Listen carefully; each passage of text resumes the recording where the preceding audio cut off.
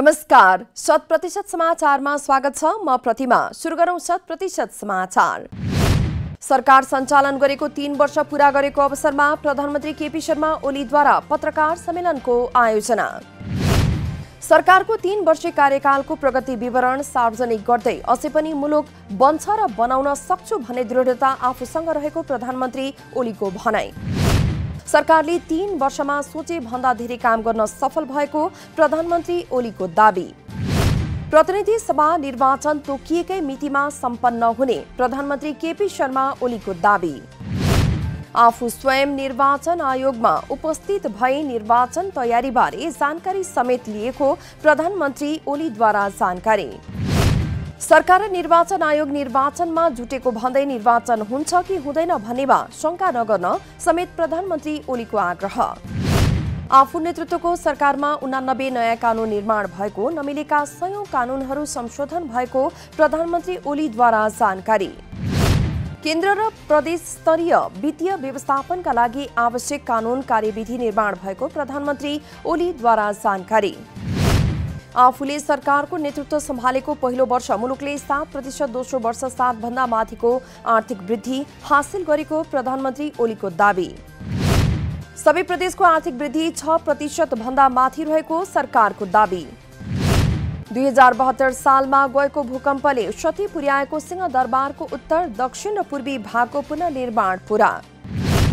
निर्माण थालिएको 2 वर्षमा 3 मोहडाको संरचना बने पनि अन्य जीर्ण भवन भने निर्माण सक्न बाँकी।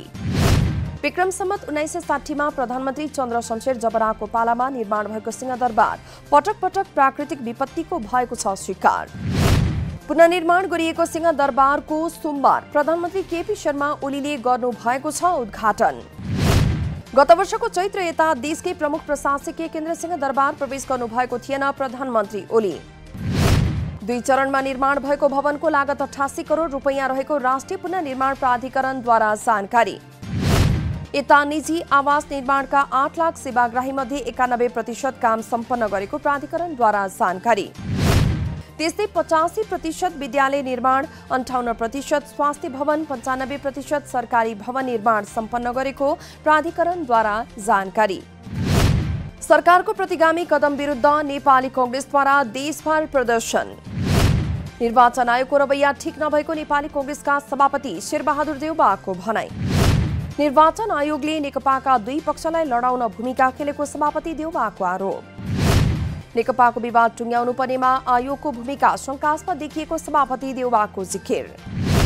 नेकपाको कुन पक्षलाई सूर्य चिन्ह र नाम दिन मिल्ने हो त्यसको निर्णय गरेर आयोगले निर्वाचनको लागि अघि बढ्नुपर्ने सभापति देउवाको भनाई।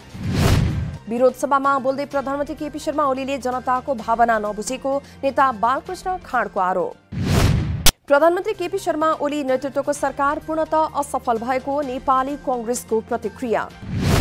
वर्तमान सरकारले 3 वर्ष पूरा गरेको सन्दर्भमा सहयोगी प्रतिपक्षी हुँदाहुँदै पनि काम गर्न नसकेर असफल भएको कांग्रेसको प्रतिक्रिया। सरकार बलियो भनिए पनि प्रधानमन्त्री स्वयं अयोग्य भएको प्रारम्भिक मूल्याङ्कन गरेको कांग्रेस प्रवक्ता विश्वप्रकाश शर्माको टिप्पणी। सरकारले 3 वर्षमा 3 उपहार, दम्भ, द्वन्द्व र भ्रष्टाचार जनतालाई दिएको प्रवक्ता शर्माको भनाई। अदालतको अवहेलना मुद्दामा 4 पूर्व प्रधान न्यायाधीशहरूद्वारा लिखित जवाफ पेश। पूर्व प्रधान न्यायाधीशहरू मीन बहादुर रायमाझी, अनुपराज शर्मा, कल्याण श्रेष्ठ र सुशीला कार्की आफै सर्वोच्च अदालत पुगेर पेश गर्नुभएको हो लिखित जवाफ। पूर्व प्रधान न्यायाधीशहरू रायमाझी, श्रेष्ठ र कार्कीले संयुक्त रूपमा र शर्माले छुट्टै पेश गर्नुभएको हो जवाफ। यसअघि 4 जना पूर्व प्रधान न्यायाधीशहरूले प्रतिनिधि सभा विघटनलाई असंवैधानिक भन्दै निकालेका थिए संयुक्त विज्ञप्ति। अदालतमा विचाराधीन मुद्दामा भुलेर पूर्व प्रधान न्यायाधीशहरूले सर्वोच्चको अवहेलना गरेको भन्दै दर्ता भएको थियो मुद्दा। गत माघ 15 गते सर्वोच्चले आफै उपस्थित भएर जवाफ पेश गर्न प्रधानमन्त्री, पूर्व सभामुख र 4 पूर्व प्रधान न्यायाधीशहरूलाई दिएको थियो आदेश। कर्णाली प्रदेश सरकारको तेस्रो वार्षिकोत्सव नेकपा सरकार पक्ष र नेपाली कांग्रेसद्वारा बहिष्कार। सोमबार मुख्यमन्त्री कार्यालयमा तेस्रो वार्षिकोत्सव कार्यक्रम भइरहँदा कांग्रेस र नेकपा सरकार पक्षका सांसद भएनन् उपस्थित। आफूहरूलाई वार्षिकोत्सव बारे जानकारी नभएको नेकपा सरकार पक्षका सांसद गुलाबचन्द शाहको भनाई। यता प्रदेश नम्बर 1 को तेस्रो वार्षिकोत्सव नेकपा आन्दोलनरत पक्ष र नेपाली कांग्रेसद्वारा अघोषित रूपमा बहिष्कार।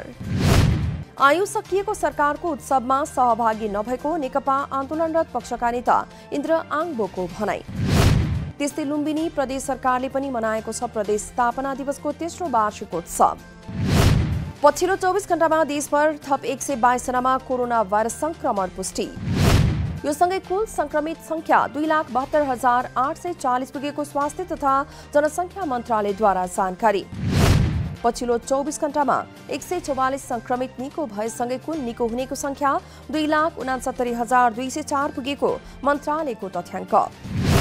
सोमबार कोरोनाले थप 1 जनाको मृत्यु भएसँगै मृत्यु हुने कुल संख्या 2,055 पुगेको मन्त्रालयद्वारा जानकारी। सोमबार देशभर सक्रिय संक्रमित संख्या 1,581 रहेको मन्त्रालयको तथ्याङ्क। भारत सरकारको अनुदानमा नेपालमा लगाइरहेको कोभिशिल्ड खोपका कारण कोरोनाका चिकित्सा बिरामी कम भएको विशेषज्ञहरूको भनाई। आगामी फागुन 24 गतेदेखि समुदायमा खोप लैजाने तयारी सरकारको रहेको स्वास्थ्य मन्त्रालयद्वारा जानकारी। नेपालमा ल्याइएको कोरोना विरुद्धको कोभिशिल्ड खोपमा शंका गर्नुपर्ने अवस्था नभएको भन्दै सबैलाई ढुक्क भएर खोप लगाउन विशेषज्ञहरूको आग्रह। विश्वका 16 देशमा लगाइरहेको यो कोभिशिल्ड खोप अत्यन्तै प्रभावकारी र सुरक्षित रहेको विशेषज्ञहरूको भनाई। समुदायमा खोप अभियान जानु अघि खोपप्रति भएको भ्रमहरू चिर्न आवश्यक रहेको सरुवा रोग विशेषज्ञ डाक्टर अनुप बास्तोलाको भनाई। कोरोना भ्याक्सिन लगाए पनि सबैलाई जनस्वास्थ्यका मापदण्ड पालना गर्न डाक्टर बास्तोलाको आग्रह। बाराको निजगढ नगरपालिकाका महिलाहरूलाई लक्षित गरी उपप्रमुख प्रजनन स्वास्थ्य प्रवर्धन सेवा सञ्चालन। नेपालका 753 स्थानीय तहमध्ये निजगढ नगरपालिकामा पहिलो पटक उपप्रमुख प्रजनन स्वास्थ्य प्रवर्धन सेवा सञ्चालन गरिएको नगरपालिकाद्वारा जानकारी। नगरपालिका भित्रका महिलाहरू आर्थिक रूपमा कमजोर भएकाले स्वास्थ्य जटिल भइसकेपछि मात्रै उपचार गर्ने गरेको नगरपालिकाको भनाई। उपप्रमुख प्रजनन स्वास्थ्य प्रवर्धन सेवाबाट राहत भएको स्थानीय महिलाको भनाई। नगरभित्रका महिलाहरूमा पाठेघर सम्बन्धी समस्या बढ्दै गए पनि खुलेर आफ्ना समस्या राख्न अप्ठ्यारो मान्ने भएकाले महिला चिकित्सकहरूबाट नै उपचार गराउने जानकारी। नियमित पाठेघर परीक्षण, आङ खोसेको स्क्रिनिङ परीक्षण, स्तन क्यान्सर, बाँझोपन सम्बन्धी परामर्श लगायत अन्य महिला स्वास्थ्य सम्बन्धी उपचार गरिने नगरपालिकाद्वारा जानकारी। कोरोना महामारीका कारण अन्तर्राष्ट्रिय उडान भर्ने यात्रुको संख्यामा गिरावट आएपछि उडान सेवाको समय घटाउने त्रिभुवन अन्तर्राष्ट्रिय विमानस्थलको तयारी। हालको उडान समयलाई 2 घण्टा 30 मिनट घटाउन लागेको विमानस्थलद्वारा जानकारी। 21 घण्टा सञ्चालनमा आइरहेको अन्तर्राष्ट्रिय उडान सेवा चैत्र 15 देखि 18 घण्टा 30 मिनट मात्र कायम गरिने नेपाल नागरिक उड्डयन प्राधिकरणद्वारा जानकारी। कोरोना महामारी अघि दैनिक 2 तर्फी 80 हाराहारी उडान हुँदै आएकोमा अहिले दैनिक 30 हाराहारी मात्रै अन्तर्राष्ट्रिय उडान भइरहेको प्राधिकरणद्वारा जानकारी। युवा तथा साना व्यवसायी स्वरोजगार कोषद्वारा 5 नयाँ कार्यक्रम घोषणा। कोषद्वारा लक्षित वर्गलाई कर्जामा छिटो पहुँच बढाउन मोबाइल एप्सको समेत सुरुवात। विक्रमसम्म 2065 सालदेखि निम्न आय भएका युवाहरूलाई स्वरोजगार बनाउने उद्देश्यका साथ कोषद्वारा 5 नयाँ कार्यक्रमको घोषणा। चालु आर्थिक वर्षमा 12,500लाई स्वरोजगार बनाउने कोषको लक्ष्य। सुरुवातदेखि नै हालसम्म 77,000लाई स्वरोजगार बनाइसकेको कोषको दाबी। बिनाधितो 2 देखि 5 लाखसम्म विपन्न र उद्यम गर्न चाहनेलाई कोष मार्फत कर्जा उपलब्ध गराउँदै आएकोमा लक्षित वर्गभन्दा पहुँच हुनेले बढी कर्जा लिएको गुनासो। अब समुदायमै गएर विपन्न पहिचान गरी कर्जा लगानी गरिने कोषद्वारा जानकारी। साउन 2 गते सार्वजनिक चालु आर्थिक वर्षको मौद्रिक नीतिको गरिएको छ अर्धवार्षिक समीक्षा। 6 महिनामा समष्टिगत आर्थिक एवं वित्तीय परिसूचकहरू सकारात्मक रहेका नेपाल राष्ट्र ब्याङ्कद्वारा जानकारी। कोरोना महामारी कम हुँदै गएको र आर्थिक क्षेत्र चलायमान भएकाले अवस्था सामान्य रहेको समीक्षा मार्फत राष्ट्र ब्याङ्कद्वारा जानकारी। मौद्रिक नीतिको सफल कार्यान्वयनबाट अर्थतन्त्र विस्तारको बाटोमा अघि बढेको राष्ट्र ब्याङ्कका गभर्नर महाप्रसाद अधिकारीको भनाई।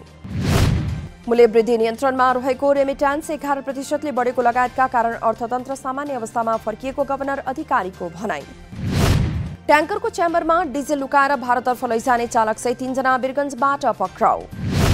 ट्याङ्करको च्याम्बरमा लुकाएर भारततर्फ डिजेल लैजाने चालक मकवानपुर मनहरी गाउँपालिकाका 3 बस्ने रामकृष्ण उप्रेती पक्राउ।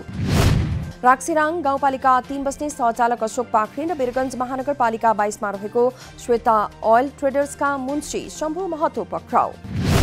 नासादख 15-11 नम्बरको ट्याङ्करको च्याम्बरमा 1300 लिटर डिजेल श्वेता ओइल ट्रेडर्सबाट भरेर भारततर्फ लैजाँदै गरेको अवस्थामा 3 जना पक्राउ परेको प्रहरीको भनाई। ट्याङ्कर डिजेलसहित 3 जनालाई प्रहरी हिरासतमा राखी थप अनुसन्धान भइरहेको प्रहरीद्वारा जानकारी।